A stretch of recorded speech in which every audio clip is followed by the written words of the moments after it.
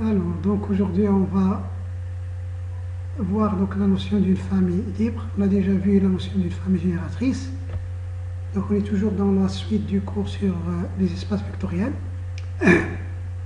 Donc soit E, un espace vectoriel, donc muni de l'addition interne, la multiplication externe. Donc si on note par C une famille qui contient les vecteurs U1, U2 jusqu'à UM, donc une famille du K espace vectoriel E, cette famille-là, on va dire que c'est une famille libre, ou on va dire aussi que les vecteurs de cette famille-là sont linéairement indépendants si on a la chose suivante. Quel que soit alpha 1, alpha 2, alpha m des éléments de K, de points, on a cette implication-là.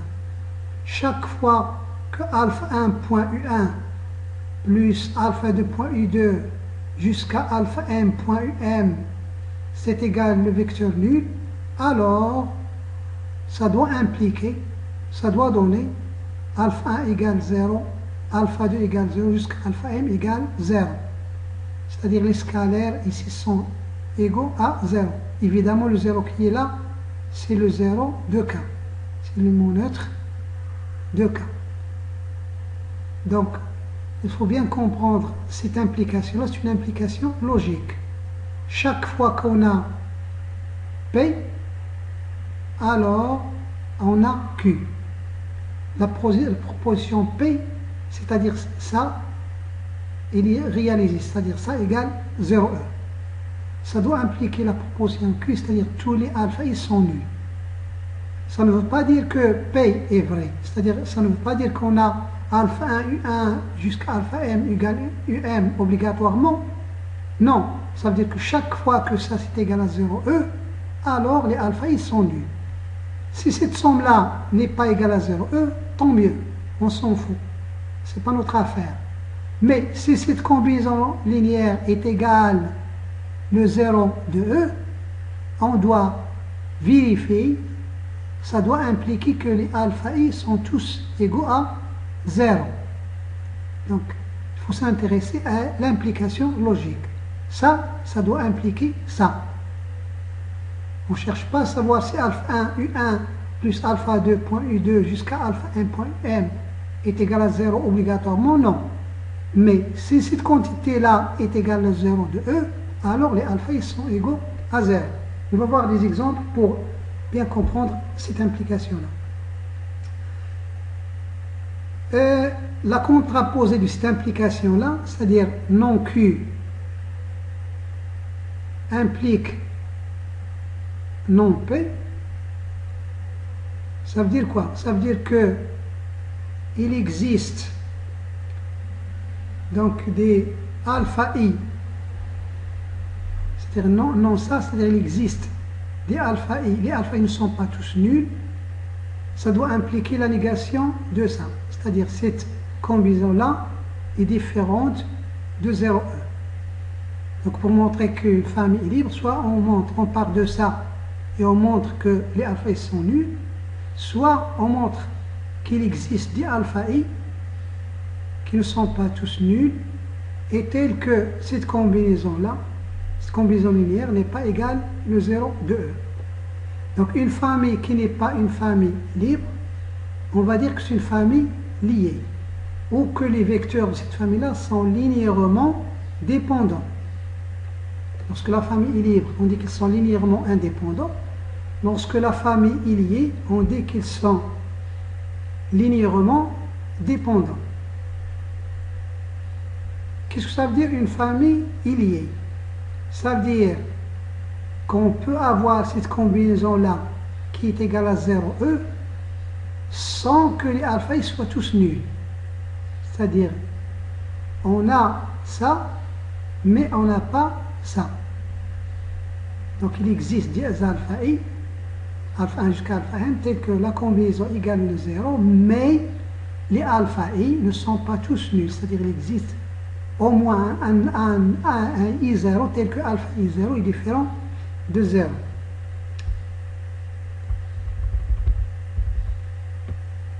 On va voir donc un premier exemple, si on prend la famille T, qui est constituée des trois vecteurs P1, P2, P3, cette famille T, il est inclus dans R de X, donc c'est une famille de polynômes. Avec P1, c'est ce polynôme, le polynôme x carré moins 1. P2, c'est le polynôme x plus 1. P3, c'est le polynôme 3x. Est-ce que cette famille-là est une famille libre? Donc là, on a trois vecteurs, P1, P2, P3. On va prendre trois scalaires. Donc soit alpha 1, alpha 2, alpha 3, des éléments de K. On va partir de la proportion P, c'est-à-dire alpha 1 point P1 plus alpha 2 point P2 plus alpha 3 point P3. On part de ça égale le 0 de E. Dans ce cas-là, le E, c'est l'espace R de X, l'espace des polynômes à coefficient réel. Donc, cette combinaison-là, on écrit que c'est égal à 0, on part de ça. Et par des implications, on va essayer de voir est-ce qu'on va avoir alpha 1 égale alpha 2 égale alpha 3 égale 0.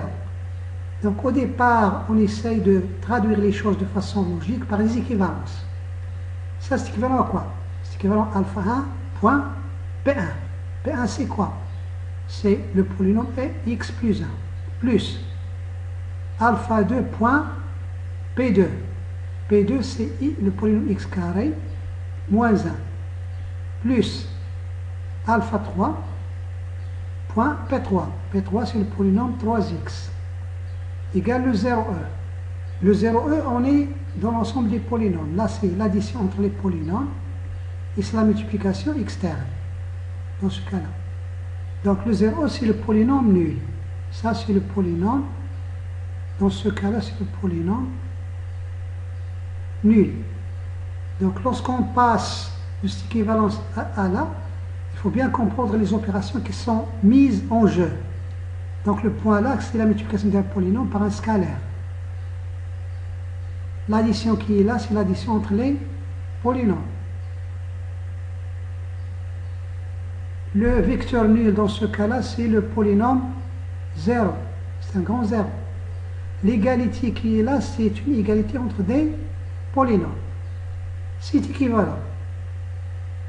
Donc le passage de alpha 1, U1 plus alpha 2, U2 plus alpha 3, U3 égale le 0 de E, on traduit ça dans le contexte qui nous intéresse. Là, le E, c'est un ensemble de polynômes. Les opérations, ils sont connues. Maintenant, donc, alpha 1 point, le polynôme x plus 1, c'est la même chose que alpha 1, x plus alpha 1 fois 1, c'est-à-dire alpha 1, plus alpha 2 x2 moins alpha 2 fois 1, c'est-à-dire alpha 2 fois moins 1, c'est-à-dire moins alpha 2, plus ça, c'est 3 alpha 3x. Là, on travaille entre les polynômes, on multiplie, on utilise la commutativité, l'associativité et tout ce dont on a besoin. C'est égal au polynôme 0, ce qui est équivalent. On a un polynôme qui est égal à un autre, égal au polynôme nul. Donc d'abord, il faut écrire ce polynôme-là sous la forme canonique, c'est-à-dire il faut regrouper les coefficients des puissances. Donc on commence ici par la plus grande puissance, c'est x2, le coefficient c'est alpha 2. Donc on va avoir alpha 2, x2, plus. Et on commence à descendre. La puissance suivante, donc ça va faire alpha 1, plus 3, alpha 3, x, plus alpha 1, moins alpha 2. C'est la constante du polynôme. Donc là, on a utilisé, on souligne ce qu'on a pris, ce qu'on a utilisé. Donc on a utilisé ça. On a utilisé le alpha 1x. On a utilisé le 3 alpha 3. On a utilisé le alpha 1. On a utilisé le moins alpha 2. Donc c'est égal. Le polynôme 0. Et là, je répète, ça, c'est une égalité entre des polynômes. On n'est pas en train de résoudre une équation ou n'importe quoi. Ce sont des lois précises, une égalité précise.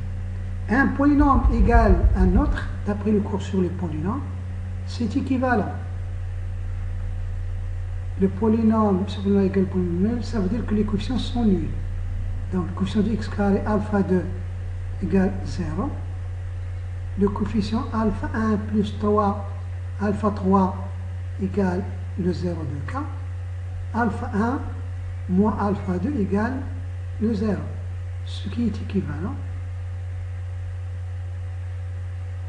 Donc tout de suite, le alpha 2, c'est égal à 0. On remplace ici, ça veut dire que alpha 1 aussi est égal à 0. Alpha 1 égale 0, on remplace ici, on va avoir alpha 3 égale 0. Donc, ce système-là implique qu'alpha 2 égale 0. Alpha 2 égale 0, ça implique alpha 1 égale 0. Alpha 1 égale 0, ça implique alpha 3 égale 0. Donc là, on a cette implication-là. C'est ce qui nous intéresse. On a cette implication-là. Mais on a plus, on a même l'implication dans l'autre sens. Ces quantités-là sont nulles. Donc ça, c'est évidemment réalisé. Ce système-là, il est réalisé. Alpha 2 égale 0, donc alpha 2 égale 0. Alpha 1 égale 0, donc 0 moins 0, ça fait 0. Là, ça fait 0 plus 3, 0, ça fait 0. Mais nous, ce qui nous intéresse, ce qu'il nous suffit d'avoir, c'est cette implication-là.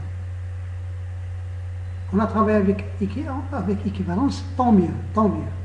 Donc de toute façon, là, obligatoirement, on a alpha 1 égale alpha 2 égale alpha 3 égale 0.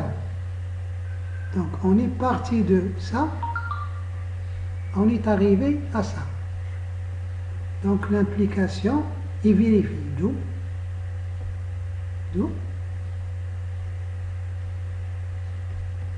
la famille P1 constituée des vecteurs P1, P2, P3 est libre. C'est une famille libre. C'est une famille donc de polynômes. Là, on a un deuxième exemple. Maintenant, l'espace dans lequel on va travailler, c'est E. C'est l'ensemble des fonctions définies de R dans R. Et on prend donc une famille C1 qui contient donc deux vecteurs. Les vecteurs dans ce cas-là sont des fonctions. F1, F2. F1, c'est la fonction qui a x associé cos x, quel que soit x appartenant à R. F2, c'est la fonction qui a x associé sinus x, quel que soit x appartenant à R. Donc il faut bien comprendre ici ce qui est vecteur et l'espace dans lequel on travaille, il est constitué de quoi? Donc là, ce sont deux fonctions. Donc, est-ce que la famille CA est une famille libre ou non? Donc là, on a deux vecteurs ici, F1, F2. Là, on va prendre deux scalaires. Donc, soit alpha 1, alpha 2 appartenant à K. Là, on sait que E est un espace vectoriel sur R. Donc, les scalaires, on va les prendre ici, dans R. On met deux points, on revient à la ligne.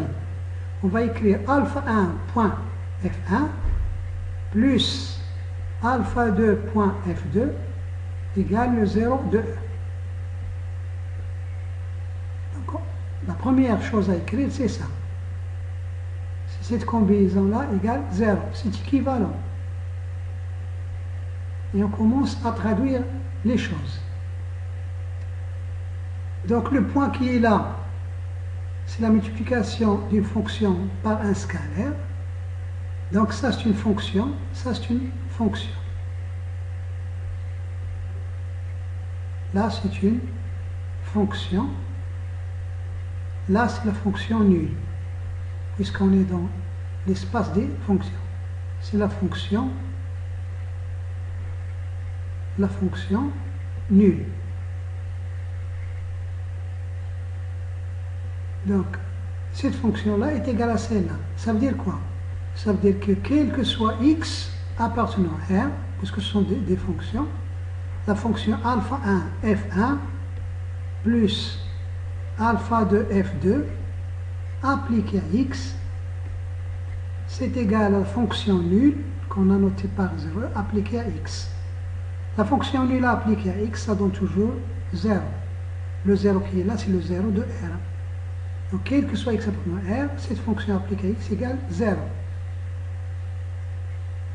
Ce qui est équivalent, donc là, on revient ici, donc l'égalité qui est là, c'est une égalité entre fonctions. La somme, c'est une somme entre fonctions. C'est comme si on a u plus v égale 0. Donc ça veut dire que u de x plus v de x égale 0, quel que soit x appartenant à R. Donc là, c'est équivalent à dire que là, on utilise l'addition, la définition de l'addition de fonctions. Cette fonction plus celle appliquée à x, c'est cette fonction appliquée à x, plus l'image de cette fonction par x. Et ensuite, on utilise la définition de la multiplication externe. Donc ça va faire alpha 1 fois f1 de x plus alpha 2 fois f2 de x égale 0, quel que soit x appartenant à R. Ça, il ne faut pas l'oublier. C'est une égalité entre fonctions. Ce qui est équivalent à écrire que alpha 1, la fonction f1, donc c'est la fonction cosinus. Donc, quel que soit x appartenant à R, on va avoir alpha 1 cos x plus alpha 2 sinus x égale 0, quel que soit x appartenant à R. Là, il faut respecter les quantificateurs, l'écriture et tout. Si on a ça, c'est une fonction en x qui est égale à 0, quel que soit x appartenant à R. Donc là, donc si on peut donner des valeurs à x.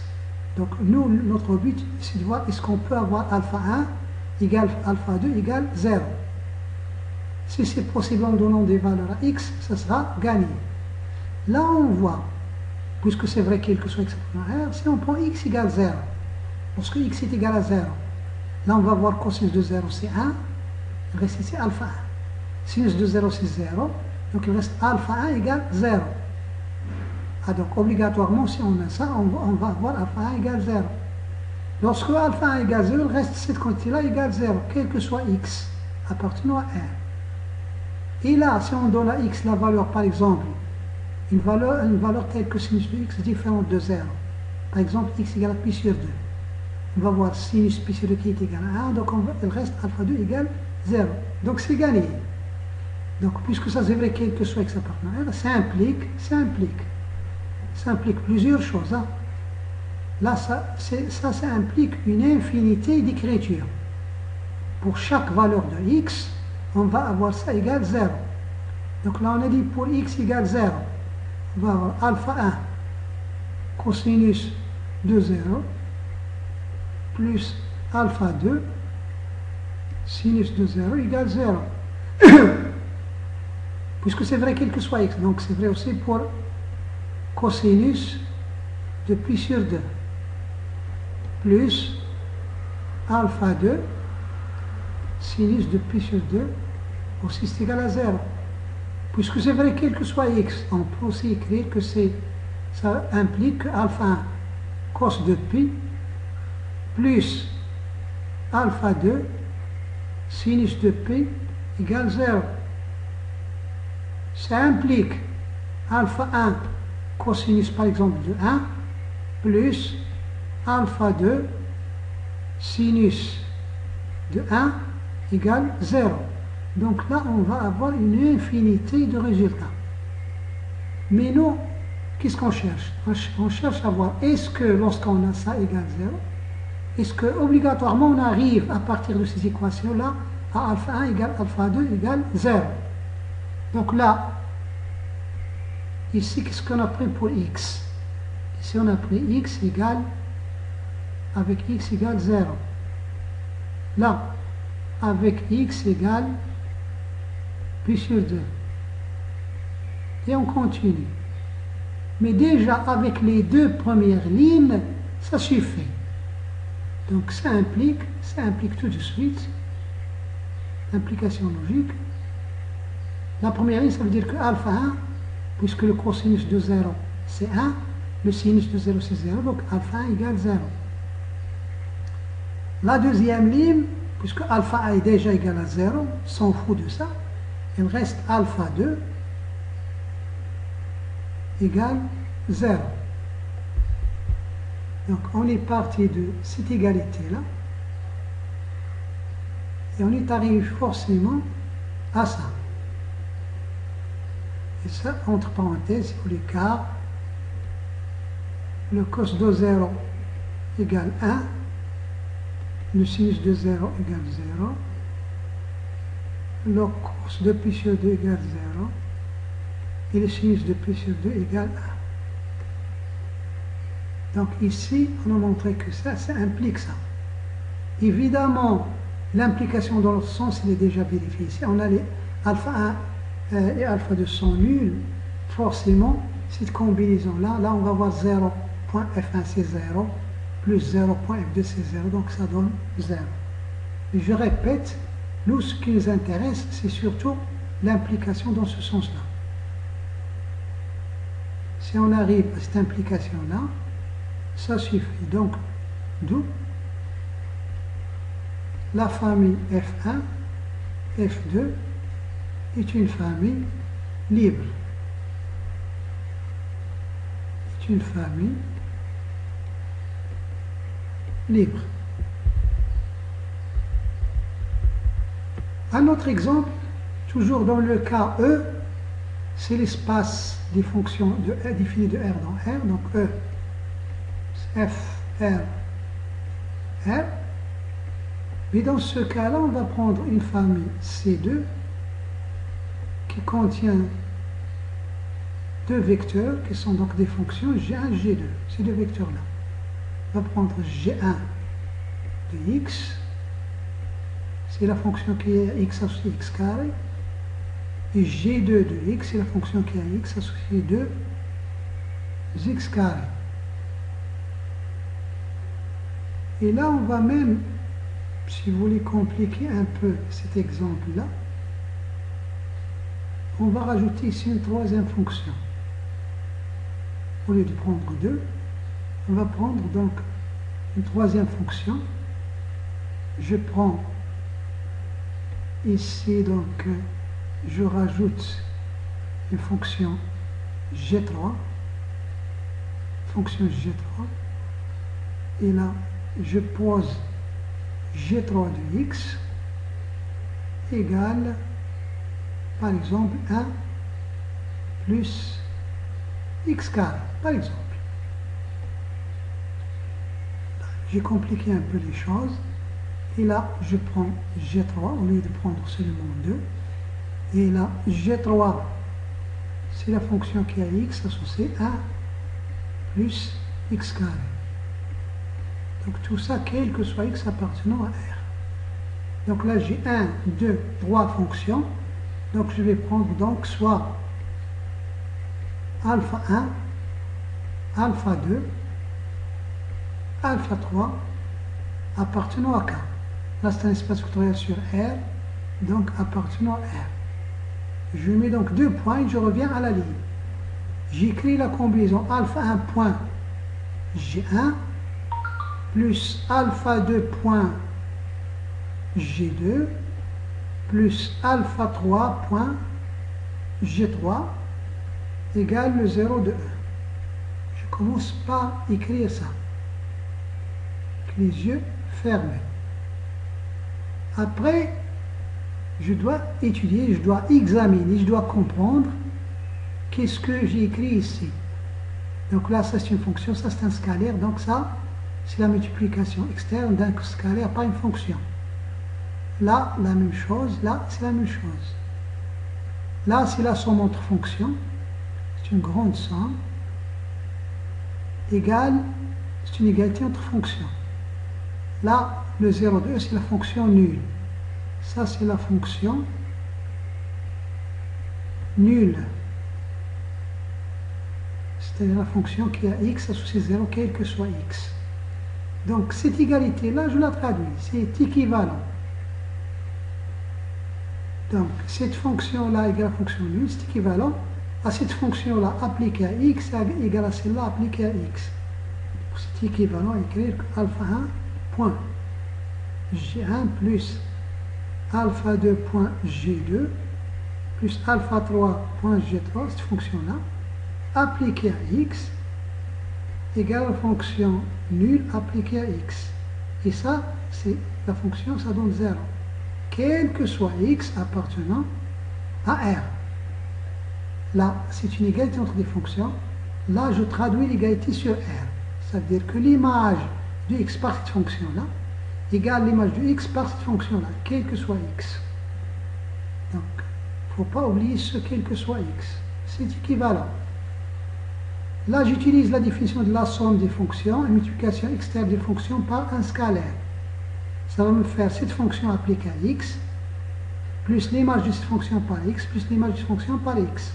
L'image de cette fonction par x, c'est alpha 1 fois g1 de x, plus alpha 2 fois g2 de x, plus alpha 3 fois g3 de x, égale le réel 0, quel que soit x appartenant à R. Donc je traduis mes expressions donc pas à pas, et ça c'est équivalent. Donc G1 de x, c'est x carré.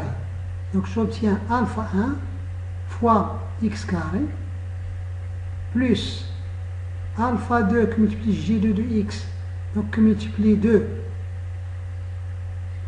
x carré, plus alpha 3 1 plus x carré égale 0, quel que soit x appartenant à R. Ce qui est équivalent. À partir de là, je peux essayer de donner des valeurs pour voir est-ce que j'ai obligatoirement alpha 1 égale alpha 2 égale alpha 3 égale 0. Sinon, j'avance un peu plus, là, puisque j'ai des puissances de x, je peux regrouper puissance de x carré, c'est alpha 1 plus 2 alpha 2 plus alpha 3 x carré plus alpha 3 égale 0, quel que soit x appartenant à R. Arrivé à cette expression-là, donc les choses sont un peu plus claires. Cette expression-là égale 0, quel que soit x appartenant à R. Est-ce que je peux dire que obligatoirement alpha 3 égale alpha 1 égale alpha 2 égale 0? C'est pas obligé. Je vois que cette quantité-là, ce coefficient est multiplié par x carré, et c'est le x qui varie, plus cette quantité-là qui est fixe. Donc, si je prends par exemple x égale 0, je vais avoir ici alpha 3 égale 0, obligatoirement. Mais si alpha 3 égale 0, là il va disparaître, là il va rester alpha 1 plus 2 alpha 2 fois x carré égale 0. Donc, ça implique obligatoirement que je vais avoir, en prenant x égale 0, je vais avoir alpha 1 plus alpha 2 x carré égale 0. Ça va rester vrai quel que soit x appartenant à R. Car avec x égale 0, le alpha 2, obligatoirement, c'est 0. Obligatoirement, le alpha 2 égale 0. Mais à partir de là, je ne peux rien dire. Ce coefficient-là fois x carré égale 0, quel que soit x, il se peut que ce coefficient-là soit égal à 0, soit égal à 0, sans que alpha 1 et alpha 2 soient nuls. Donc si je choisis alpha 1 et alpha 2 avec alpha 1 plus 2 alpha 2 égale 0, cette quantité-là est toujours égale à 0, quel que soit x. Donc, avec alpha 1 plus 2 alpha 2 égale 0, c'est-à-dire alpha 1 de la forme moins 2 alpha 2 avec alpha 2 même si différent de 0, et donc alpha 1 est différent de 0, et alpha 3 obligatoirement c'est 0.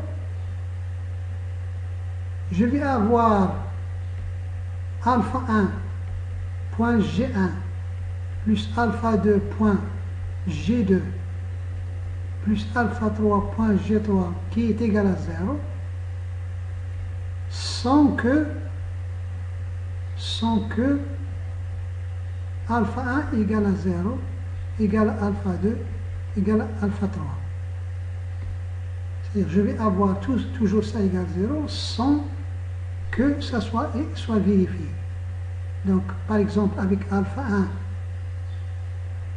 par exemple, si je précise mon choix, par exemple avec, là j'écris ici j'ai de la place, donc avec, par exemple si je choisis alpha 2 égale 1, alpha 2 égale 1, donc alpha 1 c'est moins 2, alpha 3 c'est 0, G donc moins 2 c'est alpha 1 point G1 plus 1 point G2 plus alpha 3 donc 0 point G3 égale 0, 0, 1. Donc moins 2 G1 c'est donc moins 2x carré plus 1 G2 donc c'est plus 2x carré plus 0, moins 2x carré plus 0 c'est toujours égal à 0. Mais je n'ai pas alpha 1 égale alpha 2 égale alpha 3 égale 0. Alpha 1 c'est 1, alpha 2 c'est moins 2.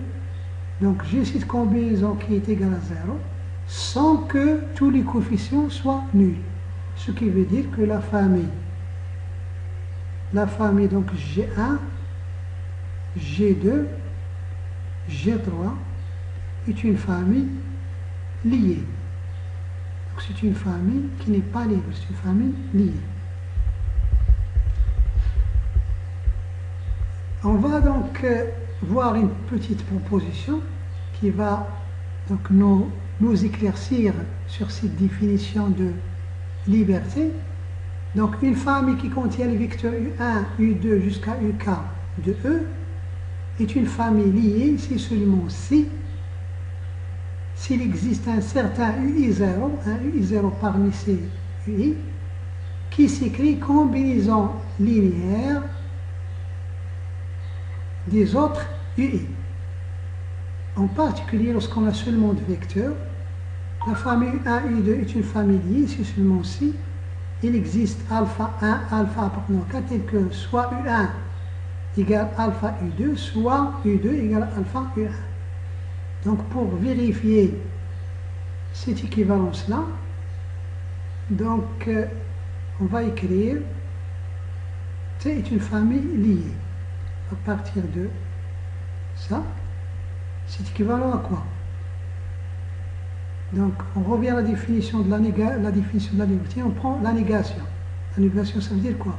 Ça veut dire qu'il existe alpha 1, alpha 2, jusqu'à alpha k appartenant à k, qui ne sont pas tous nuls. Non tous nuls, non-tus nul tel que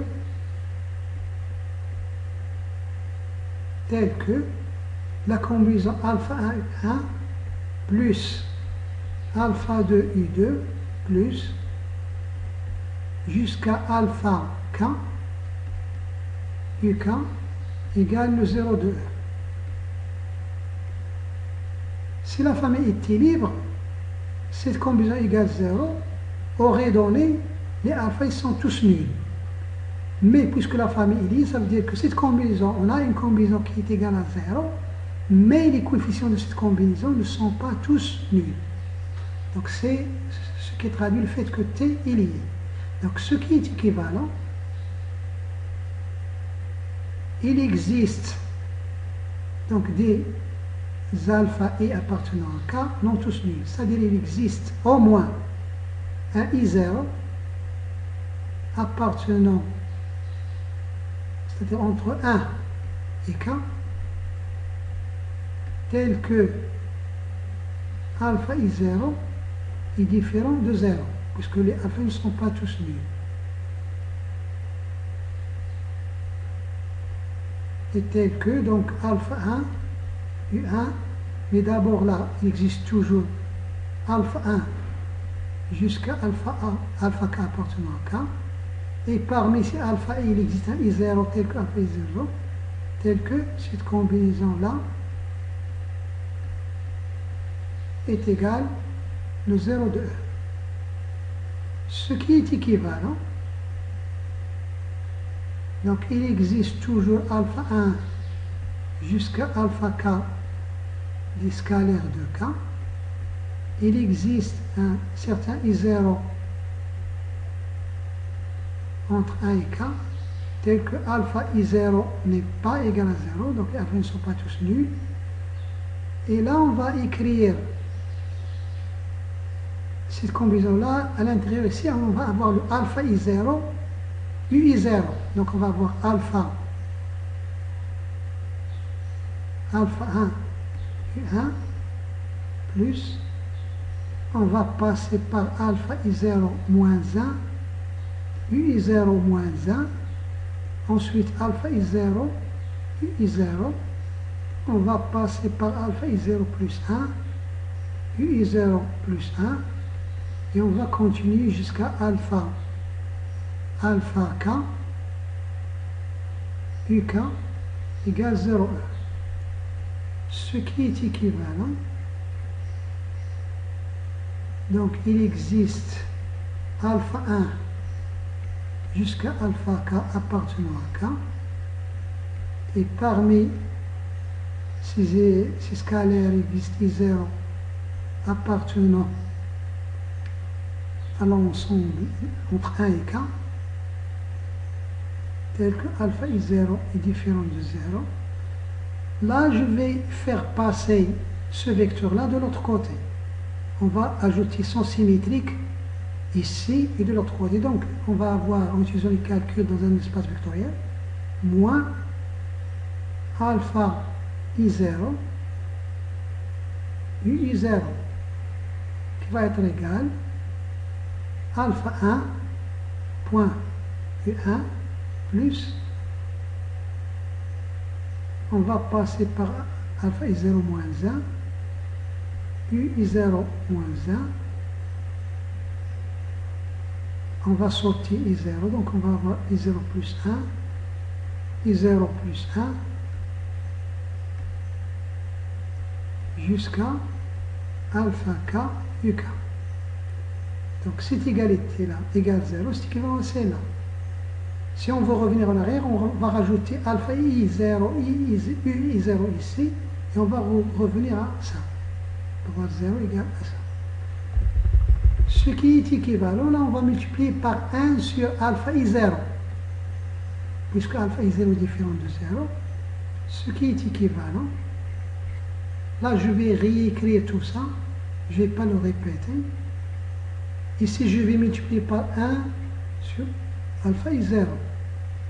Et ça, en utilisant les calculs, les propriétés de calcul dans un espace vectoriel, donc c'est un point, à l'intérieur c'est moins, c'est la même chose que moins II moins alpha I 0.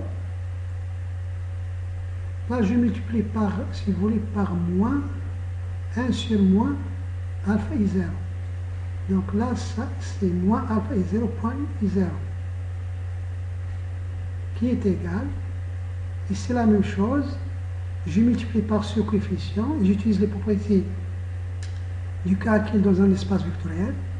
D'abord, ça, en utilisant les calculs dans un espace vectoriel, c'est ça fois ça, point UI 0. Donc ça va me faire donc moins alpha I0 sur moins alpha I0 point UI0 qui est égal à 1.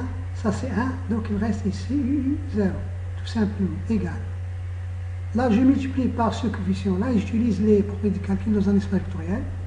Je vais avoir par exemple ça, point ça va me donner ça fois ça, le tout point U1. Donc je vais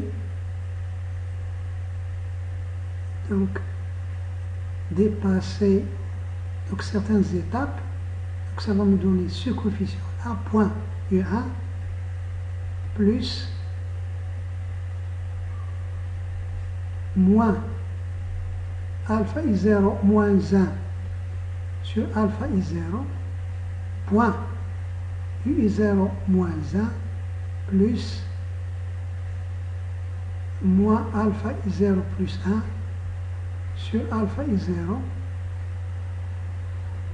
I0 plus 1, et je continue jusqu'à moins alpha K sur alpha I0, le tout point UK. Ce qui me donne finalement ce qui est équivalent. Donc il existe alpha 1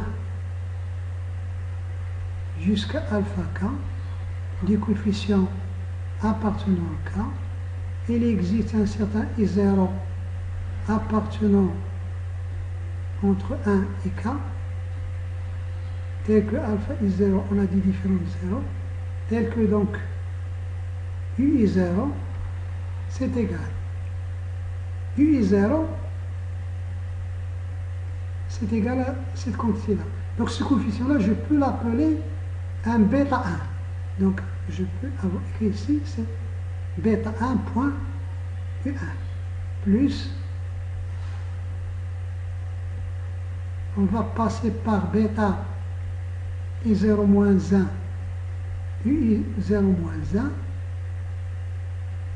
1, ensuite bêta I0 plus 1, U0 plus 1, plus, on va jusqu'à bêta K point UK.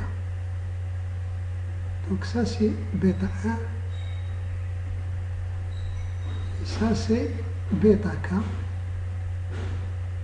ça c'est bêta I0 moins 1, ça c'est bêta I0 plus 1.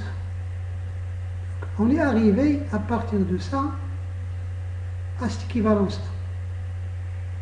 Là, je peux même, si vous voulez, écrire seulement ici une implication.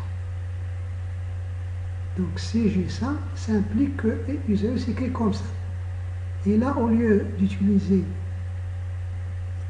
les alpha I, on est arrivé, si vous voulez, on est arrivé à des bêta I. Donc on est arrivé par une implication. Si j'ai ça, ça veut dire qu'il existe donc bêta 1, bêta 2, jusqu'à bêta K. Donc je vais partir de là, avec ici, si vous voulez, en général bêta G, avec G différent de I0. Il n'y a pas ici de UI0. Donc, qu'est-ce que je viens de trouver? Que si la famille, donc, du départ, il y est, donc si la famille, il y est, alors, par cette implication-là, donc, la famille, c'est la famille T, Donc, d'où T il y est, la famille T il y est, je suis arrivé à cette implication. Ça implique que il existe un I0 entre 1 et K tel que UI0 est combinaison, cette écriture-là c'est une combinaison linéaire. Et combinaison linéaire des autres UI. Des autres UI avec I différent de I0. Là, on ne voit pas de I0 ici. Donc, il existe I0 tel que I0 est combinaison linéaire des autres. Inversement. Maintenant, l'inverse. Inversement,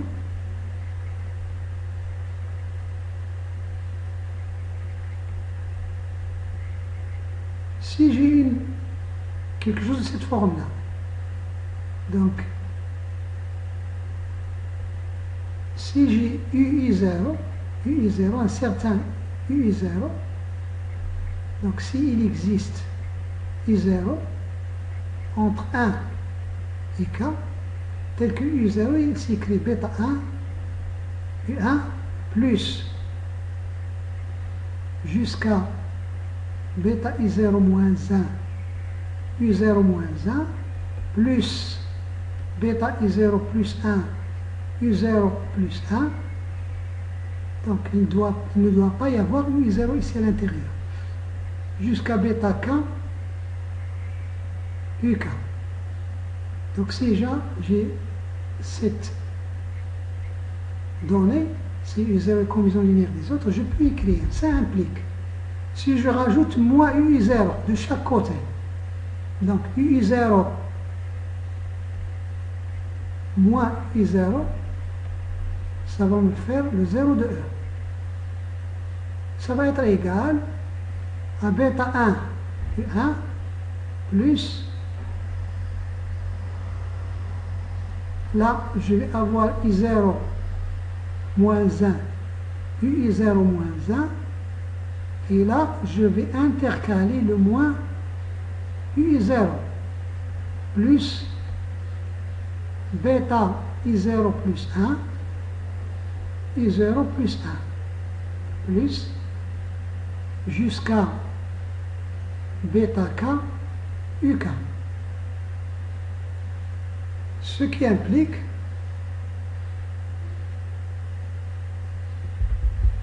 que je vais avoir 0E, est égal. Donc là, je vais avoir ici bêta 1 point U1 plus bêta I0 moins 1, UI0 moins 1, plus, là le moins UI0, ça je vais l'écrire sous la forme bêta I0 point UI0. Qu'est-ce que c'est que ce bêta I0? C'est moins 1. Donc ça va faire bêta I0 point UI0 plus point UI0 plus 1 plus jusqu'à bêta K UK, avec entre parenthèses le bêta I0, ce n'est autre que moins 1. Donc qu'est-ce que ça veut dire cette combinaison là? Égale le 0E, avec les bêta I qui ne sont pas tous nuls. Donc on a une combinaison, ce qui implique que la famille donc T est une famille liée. Si vous voulez, car la combinaison linéaire est nulle, sans que les bêta I, les bêta donc de 1 jusqu'à K, sans que les bêta I soient tous nuls, soit tous nuls. Donc pourquoi les bêta ne sont pas tous nuls? Car on est sûr, car bêta I0 qui est égal à moins 1, c'est différent de 0. Donc on a une combinaison qui est nulle sans que les coefficients de la combinaison soient tous nuls. Ce qui veut dire que la famille est liée. Donc on vient de montrer l'équivalence entre le fait qu'une famille est liée et que l'un des vecteurs s'écrit comme combinaison linéaire des autres. Donc par exemple, si on veut appliquer ce résultat-là, si on le savait avant, par exemple,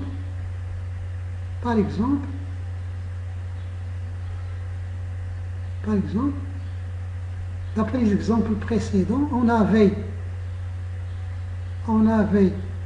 G1 de x égale, donc les exemples qu'on avait précédemment, l'exemple de G1, G2, G3, on a G1 c'est x carré, on a pris G1 c'est x carré, on avait G2 de x c'est 2x carré, et on a pris G3 de x égale 1 plus x carré. On remarque, si on avait vu ce résultat-là, on remarque la chose suivante. On remarque que, par exemple, G2, c'est 2 fois G1. G2, c'est égal à 2 G1.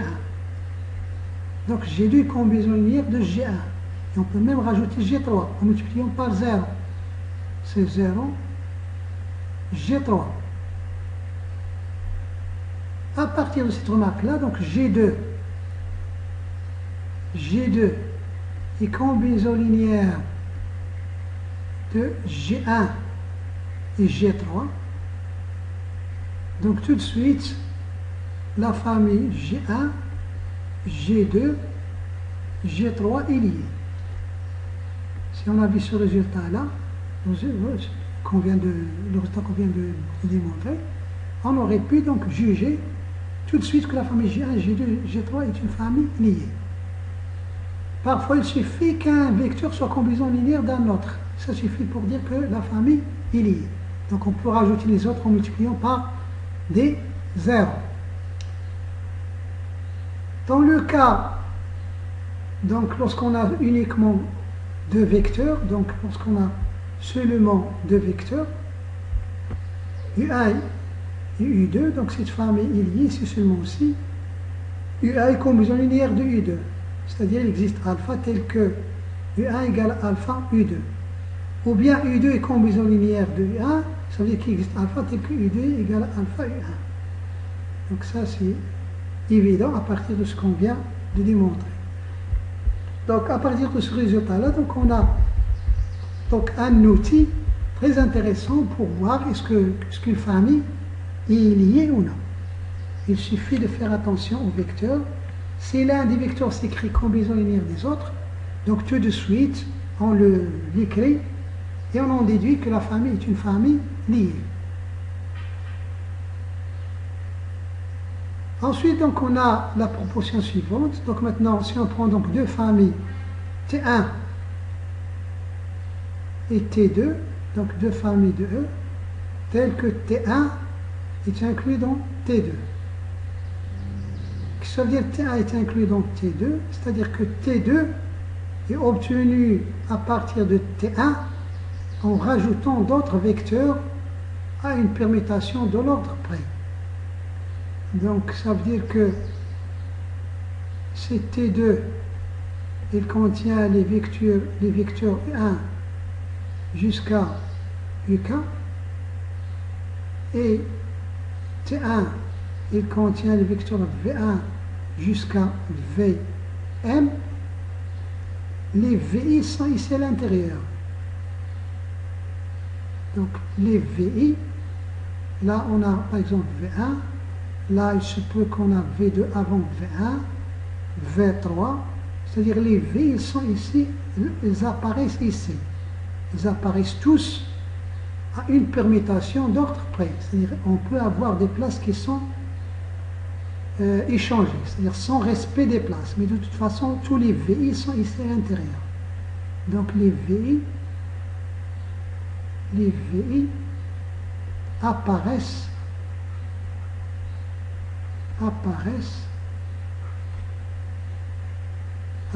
dans la famille T2. Même s'ils ne respectent pas leur ordre. Donc on dit que T1 est une sous-famille de T2, ou bien que T2 est une surfamille de T1. Donc on a le résultat suivant. Donc si T1 est lié, alors T2 est une famille liée. Si la plus petite famille est liée, alors la grande famille est liée. Ce qui est équivalent à dire que si la famille T2 est libre, c'est-à-dire non ça, implique non ça. Donc on va voir pourquoi T1 implique T2.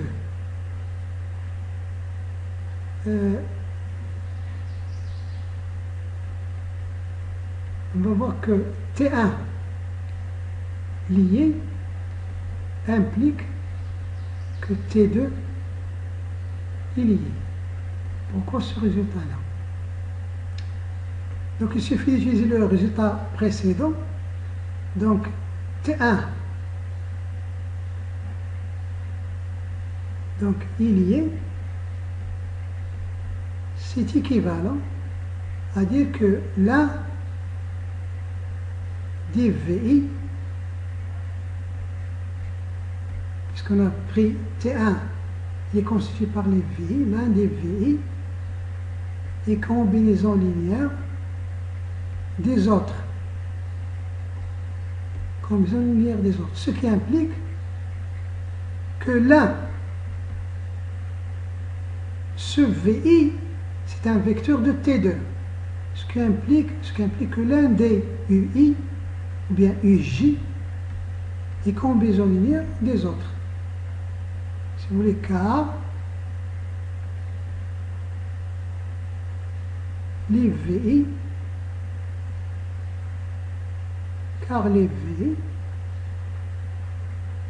sont des vecteurs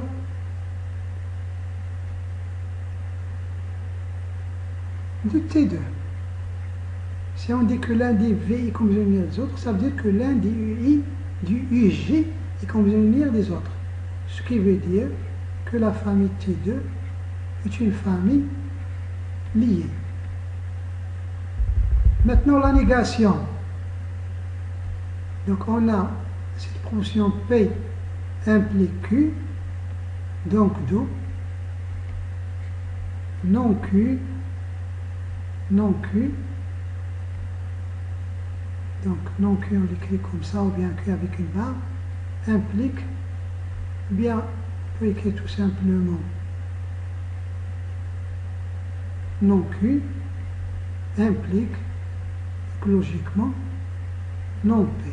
C'est-à-dire, si la famille T2 est une famille libre, T2 est libre, obligatoirement, la plus petite famille T1 est aussi une famille libre. Donc, on utilise l'une de ces implications-là comme on veut. Donc, si une petite famille est liée, toute famille qui la contient est une famille liée. Si une famille libre, toute famille contenue dans cette famille-là est une famille libre.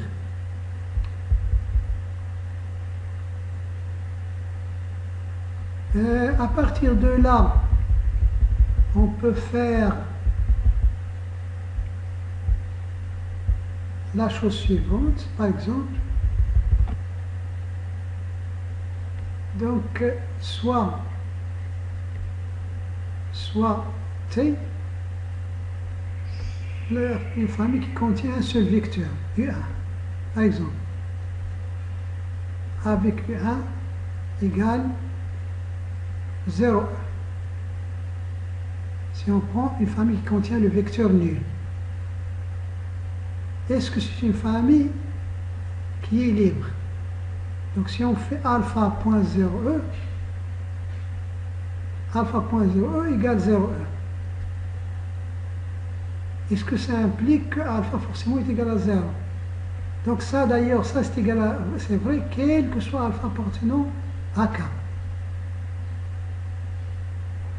Donc ça c'est vrai, on a alpha.0e égale 0e sans que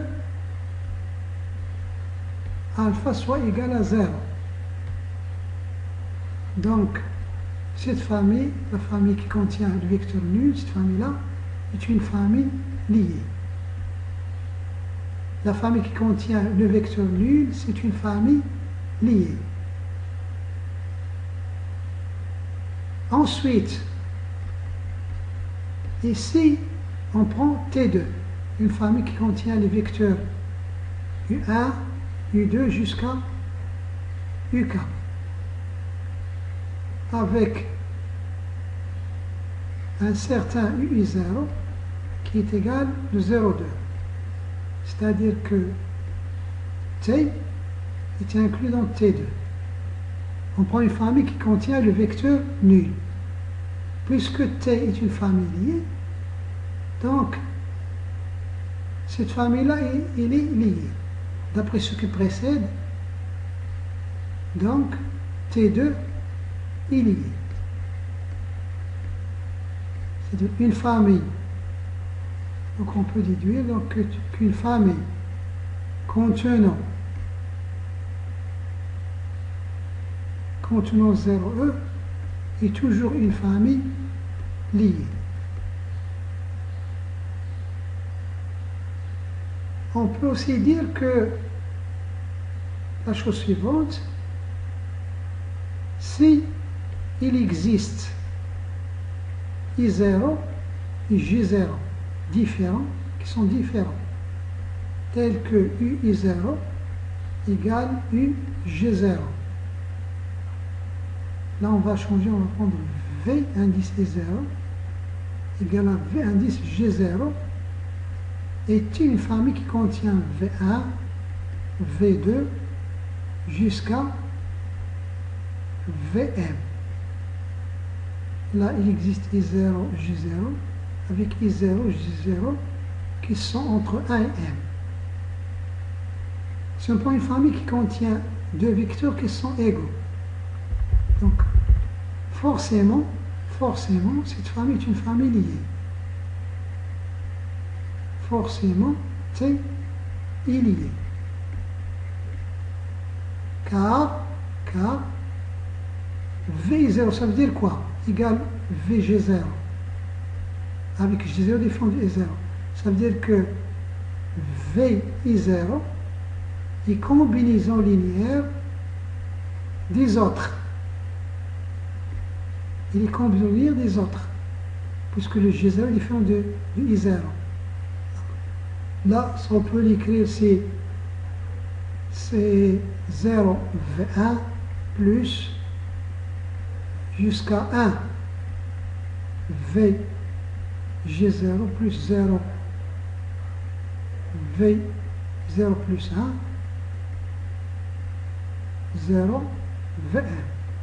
Donc le VI0 est combinaison linéaire des autres. On multiplie les autres par 0, sauf VG0, on le multiplie par 1.